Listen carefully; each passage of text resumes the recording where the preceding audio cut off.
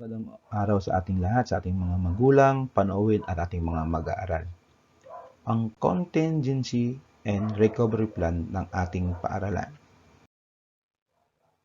Bago natin talakayin yon, ito muna ang ating uunahin. Mga dapat tandaan kung nasa loob ng ating paaralan. Una, ang patuloy na seryosong banta ng COVID-19. Pangalawa, ang kahalagahan ng pagiging may kaalaman ng bawat individual sa mga panganib na dulot ng virus sa ating kalusugan. Pangatlo, ang pagsubaybay sa sariling kalusugan. Pang-apat, ang kahalagahan na ipaalam ang mga nararamdaman sa naatasang tauhan kung sila ay may sintomas o nalantad at susuriin kung kailangan. Pang-lima, ang bawat isa ay may personal na responsibilidad na magsagawa ng physical distancing, madalas na paghugas ng kamay, pag-ubo, o pagbahing na may tamang etiket. Wastong paggamit at pagtapon ng tissue, pag-iwas sa paghawak sa kanilang mga mukha, pagsunod sa quarantine, isolation protocols, at paggalang sa iba. Paano pinaprioritize ang kalusugan at kaligtasan ng mga mag-aaral, mga tauhan ng paaralan at mga pamilya? Una, paigtingin ang kampanya para sa pagpapakuna laban sa virus ng COVID-19. Gumamit ng contingency plan na gagamitin sakaling magkaroon ng positibong mga mag-aaral, teaching o non-teaching personnel. Magsuot palagi ng face mask. Panatilihin ang social distancing.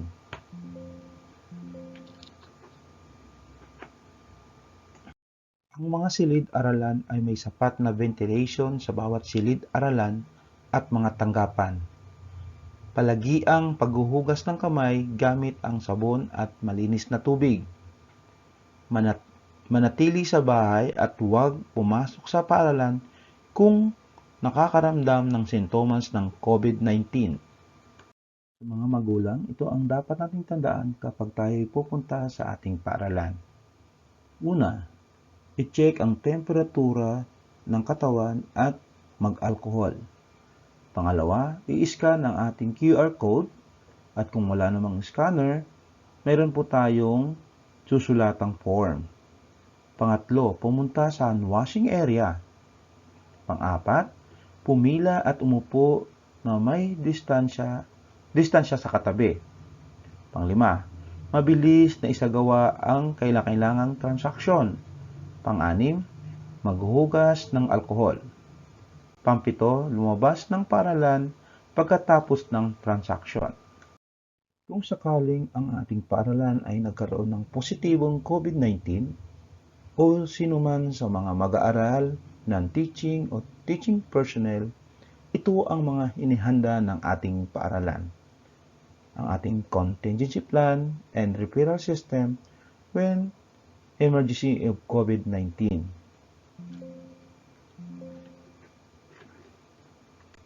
Para naman sa ating referral system, kung sakaling ang ating mag-aaral o kung sino man sa school ang nagkaroon ng COVID-19, ito yung mga dapat nating gawin kung sino ang ating kokontakin.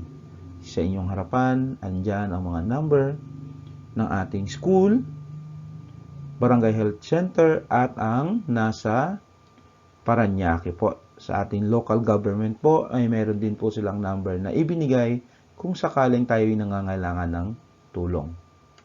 Decision model and contingency plan for closing or reopening of the school in case of COVID-19.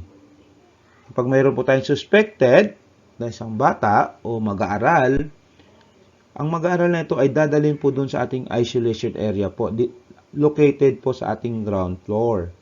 And then, ang ating health personnel po, o si school nurse, ay kukontakin po yung mga magulang. Ang ating mga magulang ay pinapayagan pong kunin ang inyong mga anak sa eskwelahan, pero kailangan nyo pong pirmahan ang may I go home na form. So, dapat may pirma po kayo doon. And then, kailangan nyo pong ipalo up yung kondisyon ng learners kasama po yung resulta ng kanyang swab test. And then kung ano man yung magiging resulta ng kanyang swab test, dapat pong ipaalam sa ating school nurse o sa ating principal po. Kung sakaling positive po yung bata, ito po yung gagawin ng ating paaralan. Implement a 24-hour granular lockdown period for disinfection, the following identification, detection of suspect, probable or confirmed COVID-19 case. So, magkakaroon po tayo ng 24 hours granular lockdown po. So, ihanda po ng ating paaralan yung mga prepare the list of all close contacts of the positive case. So, lahat po ng naging close contact niya ay ihahanda po ng ating paaralan. And then, inform the families of the close contacts about the situation. Papaalam po natin sa mga magulang ng mga bata ito. And then, inform and submit incident report to the respective barangay health emergency response of births. So, sila na po yung maghahanap po ng mga bata na naging close contact po. Follow up the condition of the close contacts including the incident report. So, papalo up po natin kung ano pong condition meron po dun sa mga bata. Then, inform po, ipapaalam po natin sa nurse o sa ating principal kung ano po yung naging resulta ng test po. And then, assessment and decision of the local task force against COVID-19 will be considered. So, sila pa rin po yung magsasabi kung bubuksan na natin o itutuloy na natin yung klase kinabukasan. So, sila pa rin po yung mag-a-assess po ng situation.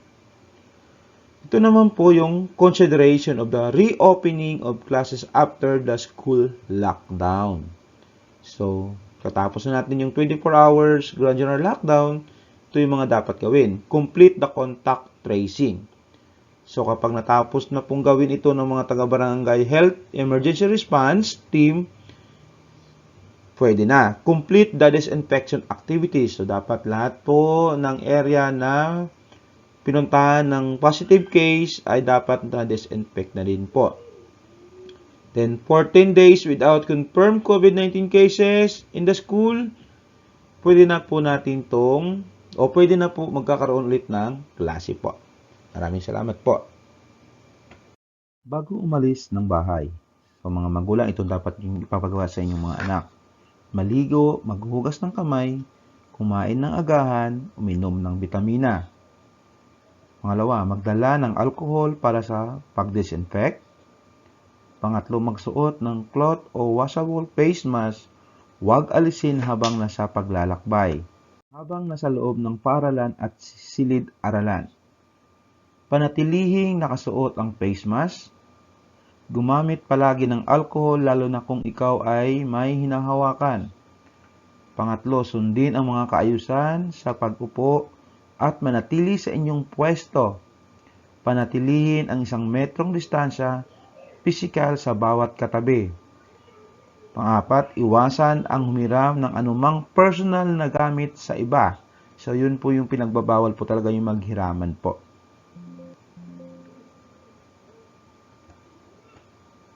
Pang-5, kapag babahing o inuubo, siguraduhin nakatabon ang face mask at gumamit ng tissue, itapon sa tamang basurahan.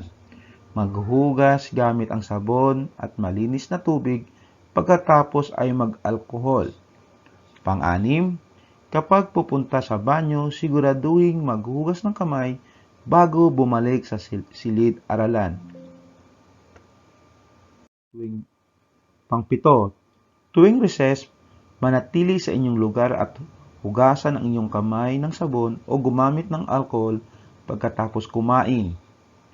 Pang-8, iwasan ang pagtipon-tipon lalo na sa tuwing uwian, dumiretso na sa inyong kabahayan. Pang-9, sundin ang takdang pasukan at labasan sa loob ng ating paaralan o silid-aralan. Ito naman po yung ating emergency evacuation map. So, wag po kayong mag-alala. Ito po ay nakapaskil po sa bawat classroom ng ating paaralan po. Ito po yung makikita po. So, ito rin po, meron din po tayo niyan doon sa ating mga building. So, paalala po, do the safe thing even when no one is watching po. So, kahit wala po daw may nakatingin, tama po ang ating parating gagawin. Maraming salamat po at God bless you po sa ating lahat po.